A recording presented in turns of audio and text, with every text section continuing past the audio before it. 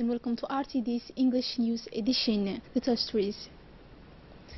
The President of the Republic participates in the closing ceremony of the World Summit on the Climate. A summit of the Muslim world in Istanbul has been held.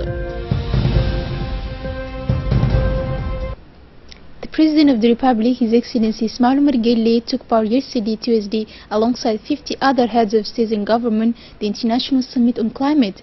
It was a summit mainly dedicated to the mobilization of financing required to launch the program supposed to mitigate the negative effects generated by the phenomenon of climate change. It is also a meeting with the listing in order to give priority to them as part of an international solidarity fund. Countries victims of the phenomenon of global warming. Djibouti participated in this summit among the nations that best assimilate the problem of global warming.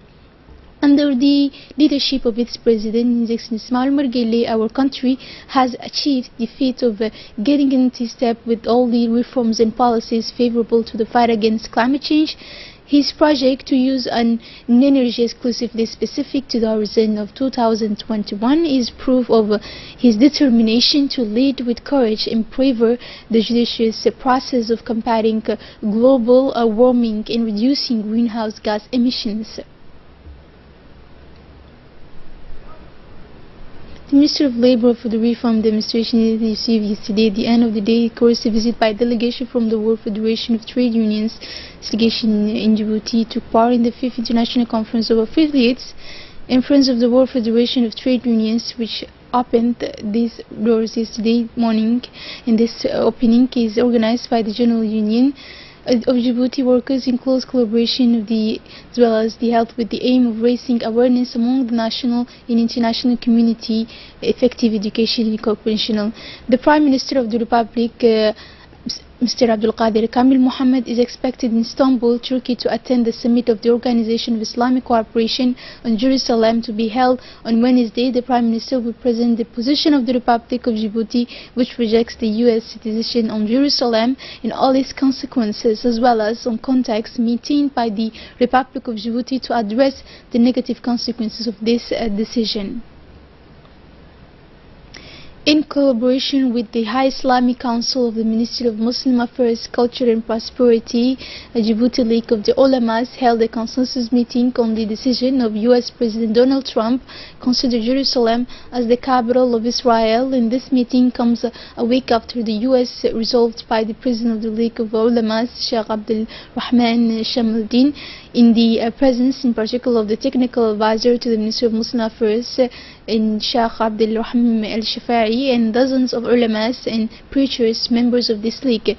The participants of this meeting, held in the meeting room of the High Islamic Council, emphasized the religious and historical importance of the city of Jerusalem or Quds for Muslims, strongly reject the decision of the American president who contradicts the laws and international standards. The League of Ulamas of Djibouti declares its rejection for the decision of the American president to consider Jerusalem as the capital of Israel. In words of the League, the Ulama of Djibouti, Donald Trump consider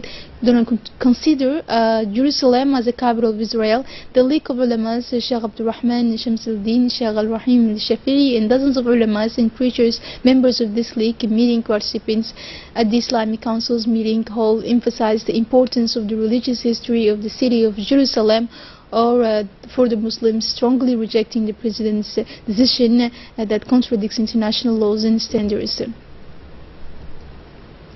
The President of the National Assembly, His Excellency Mohammed Ali Hamad, received in an audience two experts from the Inter-Parliamentary Union, namely Mr. Fonso Nombre, a member of the National Assembly and former Secretary General of Burkina Faso, and Mrs. Margaret Moon, parliamentary expert, former minister and former member of the House of Commons, United Kingdom. Their discussions were focused on the assistance project for the elaboration of a strategic plan for the National Assembly. The IPU mandated experts explained that the main objective of the missions is to facilitate, in collaboration with the authorities of the National Assembly of Djibouti, self-evaluation activities, including MPs and senior officials of the National Assembly. Administration of the National Assembly. Moreover, this mission is a wish of President of the National Assembly, Mohamed Ali Hamad, who had expressed the need to develop with the support and assistance of the IPU a strategic plan. Satisfied with the involvement and commitment of the IPU, the President of the National Assembly indicated that thanks to the political will of the President of the Republic, His Excellency Ismail Mergele, the situation of the Parliament of Djibouti and parliamentarians has evolved a lot and can be seen thanks to this new building which testifies to the place and the importance granted to the title of the deputy.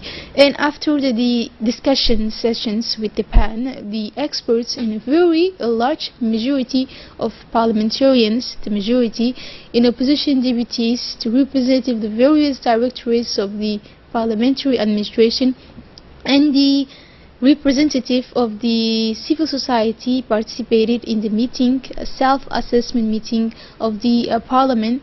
The questions for the tool are inspired by the basic principles identified by the parliaments themselves in the book entitled Parliament and Democracy in the 24th Century, a guide to good practice. They are grouped into 6 topics: the representativeness of the parliament, parliamentary control of the executive, the legislative function of the parliament, transparency and accessibility of parliament, the accountability of the parliament, and parliament's participation in international politics. Yesterday, the BK51 Health Post hosted a launch ceremony for mobile medical assistance patrols for distressed migrants under the patronage of the Minister of Health, Dr. Jamal Mioki, welcomed by the Prefect of Arta Region, Abdullah Adraroki. The Minister of Health, Jamal Mioki, arrived with Minister of the Interior, Hassan Umar Mohammed, Minister of Energy and Natural Resources, Yunus Ali Gedi, Ambassador of the European Union, Adam Kulesh, and IOM representative, Mrs. Lalini Burasima. The ceremony was attended by many local officials, senior officials from the Department of Health, also the local populations who came in jubilant to attend the kick-off ceremony of the activities of mobile patrols that will regularly travel the corridor to provide assistance and care to migrants in distress. Speaking after the words of welcome by the Prefect of the region of Arta, the representative of the International Organization for Migration, Mrs. Velasemi, welcomed the joint efforts of the Minister of Health and the Minister of the Interior, who worked tirelessly for the success of this project. And for his part, the Ambassador of the European Union reaffirmed the strong will of his institution to adequately support the migration policy of the government of Djibouti and its humanitarian efforts in favor of migrants and refugee population. As the main coordinator of the government's migration policy, the Minister of the Interior, Hassan Umar Mohammed, stressed that the Republic of Djibouti is proud of its policy of openness and welcomed and will continue to help these people in distress. And finally, the Minister of Health, Jamal Moukin, spoke about the contours of this project of mobile clinic as well as the population made vulnerable by dangerous movements, reduce mortality on these migratory routes, and prevent any associated health risks. For his part, Minister of Energy and Natural Resources, Yunus Ali Gedi, has the interest of involving the local population in this humanitarian project. The Minister of the Interior, Hassan Umar Mohammed, in his speech paid a heartfelt tribute to the people of Djibouti who, on a daily basis, made work of tolerance, beneficence, and humanism toward this population in distress. And finally, the Minister of Health, Dr. Jamal Mioki, recalled that this initiative stems from the political vision of the President of the Republic, His Excellency Ismail Mergele, who reflects this culture of hospitality and openness dear to our nation, unanimously recognized as a haven of peace and a land of meetings and exchanges. The Minister of Health and his distinguished guests then visited the mobile clinics where they received useful and complementary information from the Director of Health Regions, Ahmed Saeed. Indeed, as part of this project, the Ministry of Health will strengthen the human and material capacities of all the health facilities along the migratory corridor that will be mobilized to help migrants. The Minister of Energy in charge of Natural Resources, Yunus Ali Gedi, presided today a roundtable around which were assembled the development partners of the Ministry of Energy in charge of the natural resources. The Minister of Energy, in charge of natural resources, surrounded on both sides by his close collaborators, including Acting Secretary General Abdul Karim Abdullahi, ministerial advisors, and Director of the National Resources, the Director of Energy, Guled Mohammed, and the Director of Hydrocarbons, Wahib Ali, invited to this roundtable several donors who responded present, including USAID, represented by the resident representative, Mrs. Rabia, and also the AFD, the World Bank, the African Development Bank.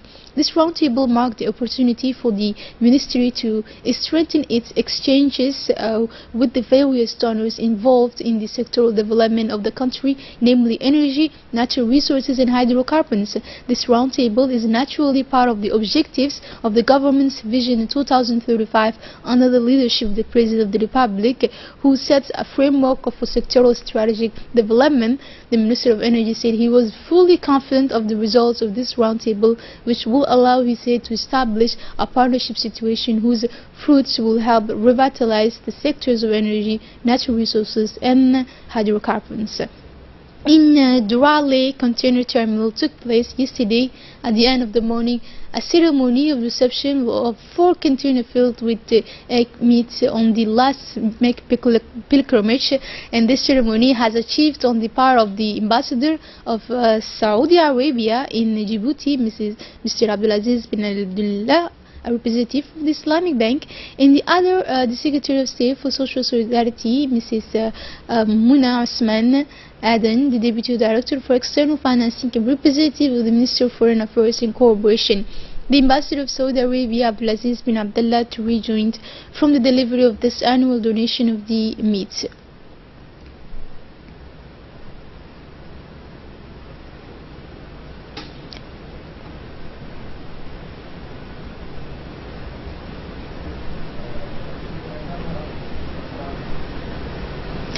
And to close up this edition with the Mayor of Djibouti, Mrs. Fatuma Osman Awale, receiving the Cabinet this morning, a courtesy visit, the Chairman of the Committee yesterday morning, a courtesy visit, President of the National Olympic Committee, Djibouti, Mrs. Aisha Gora, accompanied by this committee on the many of discussions in the means to enhance the development of youth in the force of sports.